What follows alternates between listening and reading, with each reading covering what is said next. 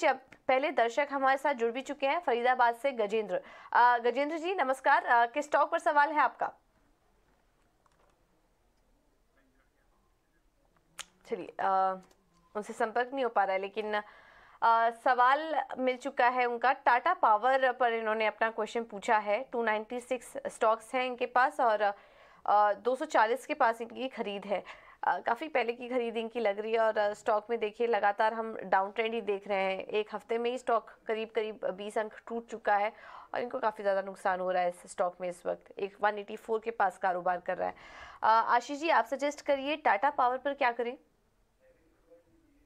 In fact Tata power के stock ने भी काफी अंडर परफॉर्म किया है पिछले कुछ समय में पावर सेक्टर में, और आई थिंक 52 वीक लो पर ही अभी ये स्टॉक ट्रेड हो रहा है। तो मेरी सलाह रहेगी कि इस स्टॉक में एवरेज ना करें, और इनफैक्ट काफी चूंकि रिटेल निवेशक इस स्टॉक में काफी ऊपर के लेवल पे ट्रैप्ड हैं, तो उनकी तरफ से भी यहाँ पे बिकवाली देखने को मिल रही है।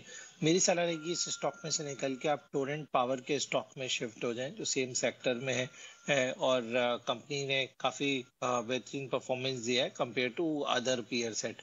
तो टोरेंट पावर में मुझे लगता है कि यहाँ से करीब 10 से 15% की और अपसाइड आगे आने वाले समय में अगले 6 महीनों में आप उम्मीद कर सकते हैं। तो टोरेंट पावर बाय कर लीजिए, टाटा पावर सेल करके।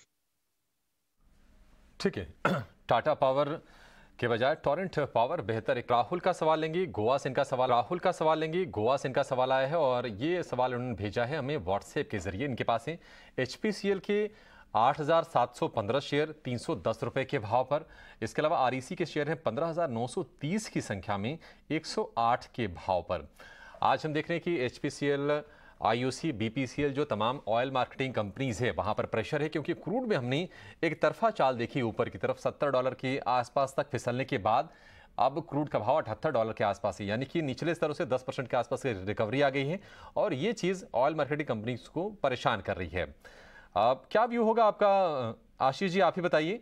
HPCL इनके भाव से हालांकि अभी 80 रुपये शेयर ये नीचे ट्रेड कर रहा है। अब निवेशित रहे, हालांकि काफी बड़ा नुकसान है क्योंकि भारी क्वांटिटी में है। तो इस शेयर पर देखिए 6,89,356 ये HPCL का नुकसान है। REC का आपको बाद में बताएंगे। ठीक है, चाहे क्रूड बढ़ा या क्रूड गिरा, हमने कोई बहुत ज्यादा परफॉर्मेंस ऑयल मार्केटिंग कंपनीज के स्टॉक में देखा नहीं। चाहे $70 हुआ तो ऐसा नहीं हुआ कि स्टॉक में कोई 10% का राइज आ गया और इन सारे स्टॉक्स में ये अपने बड़े नैरो रेंज में ही स्टॉक ट्रेड करते रहे। और जब भी क्रूड बढ़ता है तो इनफैक्ट ये स्टॉक बढ़ते कम है और गिरते ज्यादा है। तो इसलिए मुझे ऑयल मार्केटिंग कंपनियां कोई बहुत ज्यादा अभी पसंद नहीं आ रही हैं। मेरा मानना है कि इसकी बजाय आप किसी दूसरे स्टॉक में निवेश करें। तो मैं आपको जैसे सजेस्ट करूंगा, यदि आपने HPCL बेच के एस का स्टॉक है, एक्शन कंस्ट्रक्शन इक्विपमेंट, जो कैपिटल गुड सेक्टर में एक अच्छी स्टोरी है, 380 रुपए के पास स्टॉक ट्रेड हो रहा है। जितना कंपनी का मुनाफा पूरे साल का था ऑलरेडी 9 महीनों में कंपनी ने कमा लिया है। तो मुझे लगता है कि इस टाइप के स्टॉक में ज़्यादा वैल्यू है और ये स्टॉक मार्केट के साथ में इसमें फॉल कम आएगा, बट जैसे ही थोड़ा सा मार्केट स्टेबलाइज होता है ये स्टॉक्स ज़्यादा परफॉर्म करेंगे। तो अभी सेक्टर वाइज चूज ना करके काफ़ी आपको इंडिविजुअल स्टॉक स्पेसिफिक कॉल लेने की ज़रूरत है। तो एक्शन कंस्ट्रक्शन इक्विपमेंट बाय करें।